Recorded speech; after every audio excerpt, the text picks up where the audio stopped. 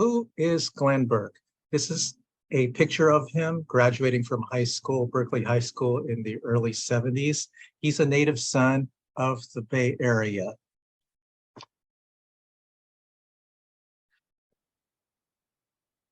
He did Knit Nancy. And this is Glenn Burke playing in a LA Dodgers uniform in 1977. This is him on the left.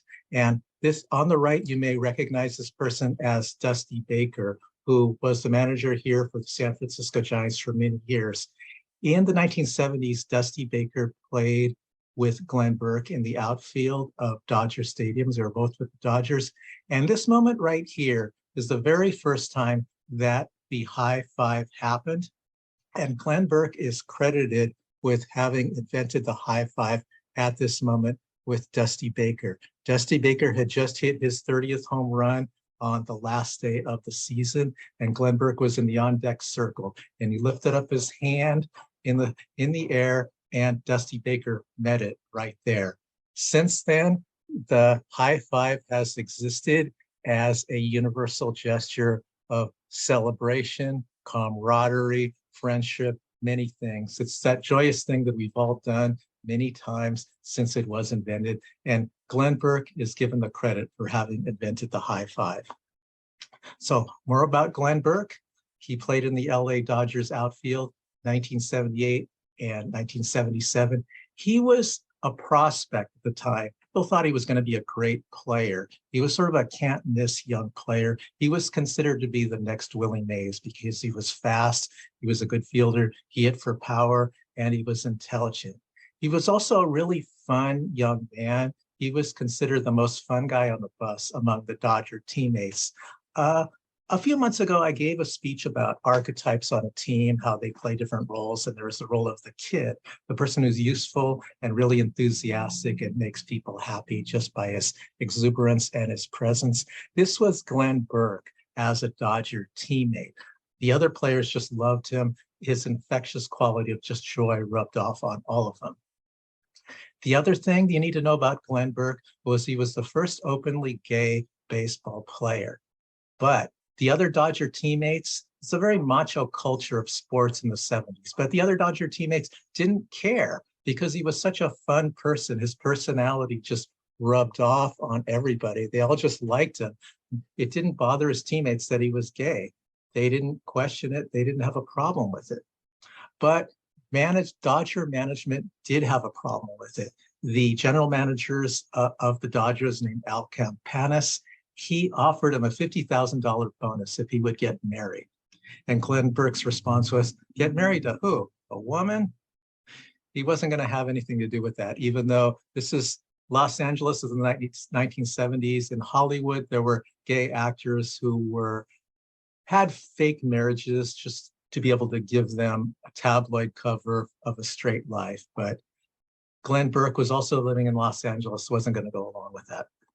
Okay, here are two key figures that are instrumental in the story of Glenn Burke with the Dodgers. This is Tommy Lasorda, who as Giants fans, we recognize as the person we love to hate. We would boo him unmercifully when he was at Candlestick Park. And he actually kind of liked it. He fed off that negative energy and he kind of enjoyed being booed. And he's an interesting person if you look at the whole picture. And this is Tommy Lasorda Jr., who was Tommy Lasorda Sr.'s gay son. Tommy Lasorda's son was gay, only he never really accepted the fact that he was gay. He would continuously deny this. Here's a picture of Tommy Lasorda Jr. that I found on the internet. There are a few pictures like this of him. I don't know if he was a model or if that was just a fashion of the time to take these glamorous photographs. But this is kind of a sample of what Tommy Lasorda Jr. was like. He and his father too, until the day that Tommy Lasorda Jr. died in the 90s, he continuously denied that his son was gay. Tommy Lasorda Jr. would become friends with Glenn Burke, who everyone knew was gay, as a Dodger outfielder. The details of their relationship are not known. It's not clear whether their relationship was anything more than just friends, if it became romantic or sexual. However, regardless of what happened or didn't happen, his friendship with the friendship between Glenn Burke and Tommy Lasorda Jr. was a big problem for Dodger management. They did not like this. This was a major threat to Tommy Lasorda Sr., who did not want to know that his son was gay, did not want to acknowledge it, and certainly did not want him to be friends with Glenn Burke. So the problem was solved by Dodger management by trading Glenn Burke to the Oakland Athletics. And you would think that this would be good for Glenn Burke because he's coming back to the Bay Area. Glenn Burke grew up in Berkeley, and Oakland is just down the road from that. But here it didn't really work out because unlike the Dodgers teammates, his A's teammates knew about his sexuality, but didn't really accept it. They were reportedly scared to be in the same shower with him. And the Oakland fans were not kind to him either. The outfield fans would heckle him, call him slurs from the outfield. And if you've been to the Oakland Coliseum or stadiums in general, it's the outfield fans that are usually the most abusive. They don't have to look at the outfielder in the face when they're yelling things. So I could imagine a lot of abuse was thrown at Glenn Burke's back from the fans in the outfield. So Glenn Burke plays 1978 and 79 in an A's uniform.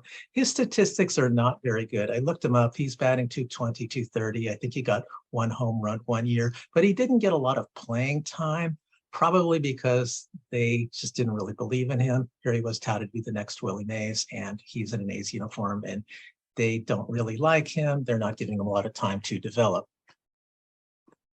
In 1980, Billy Martin shows up in Oakland as their manager.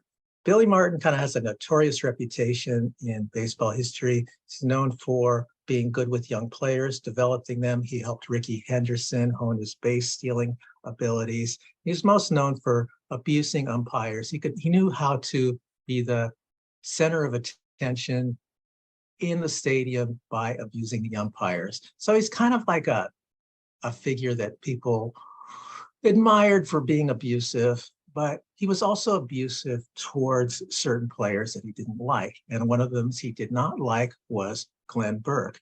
In 1980 spring training, he introduced Glenn Burke to the rest of the team. Oh, this is Glenn Burke. And by the way, he's a faggot. So this is the way he speaks about Glenn Burke in front of the whole team. Then Glenn Burke does not have a very good spring. He injures his knee. And then what happens after that? He gets demoted to Utah affiliate of the A's, the minor leagues. Glenn Burke, who had been touted to be the next Willie Mays, is demoted to the minor leagues 4 years after having played 4 years for the majors. Burke says, "I've had it. I'm quitting baseball. They're not going to accept who I am." So Glenn Burke leaves baseball in 1980. So what does he do? He's living in the Bay Area. He moves across the Bay to the Castro district. And there, he really thrives on the gay culture that's emerging in the 1980s in Castro. And he plays in various sports organizations. He gets involved with the Gay Olympics, and he really excels in various sports there. And he also plays on a softball team. There's an all-gay softball team that's representing the Castro district, and he plays the whole left side of the infield, shortstop and third base both. And they have an interesting game that's kind of like a grudge match. This all-gay team from the Castro district against the San Francisco Police Department softball team. Glenn Burke is playing on this team, and they win. They beat the cops in the grudge match against the police department. At the time, relations between the SFPD and the gay community were not very good. So this was important to win this game, and it's the social history of the Castro district. Glenn Burke also encounters bad times in the 1980s. The bad things that could happen to you in the 80s happened to Glenn Burke.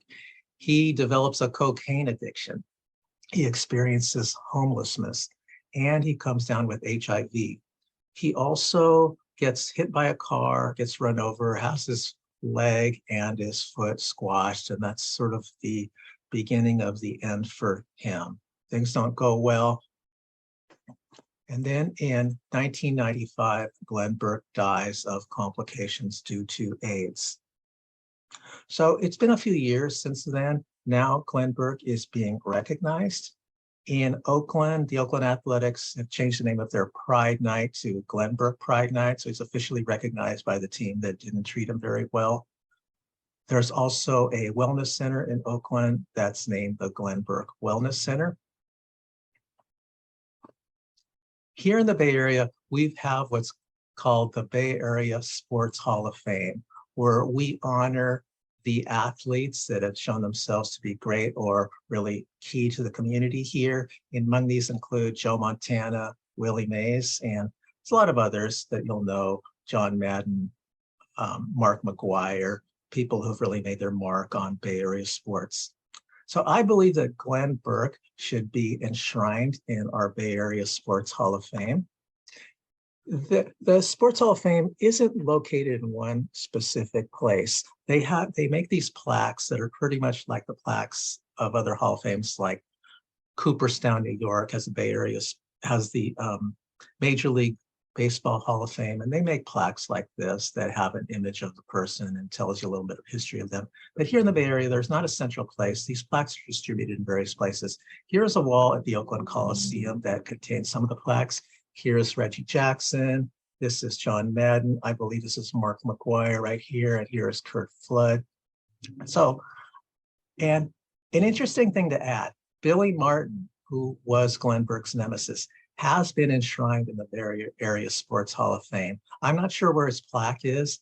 And I am not saying, okay, this is a time when people's statues are getting toppled because of changes in politics, because they've been deemed to have a racist past or homophobic past or something like that. I'm not saying that we need to find Billy Martin's plaque and take a crowbar and peel it off of the wall. I'm not saying that Billy Martin should be taken out of the Bay Area Sports Hall of Fame, but I am saying that Glen Burke is equally, if not more, deserving of enshrinement in the Bay Area Sports Hall of Fame. And he should have a plaque somewhere in the Bay Area. It doesn't necessarily need to be next to Billy Martin's, but it should at least be in the Oakland Coliseum somewhere, perhaps in the new stadium. If the A's get a new stadium, that it should be there. Because, you know, Glen Burke was a trailblazer, first openly gay baseball player, and he invented the high five. So this is what I am going to do. I haven't done this yet, is to contact the Bay Area Sports Hall of Fame. Their phone number and their email are here.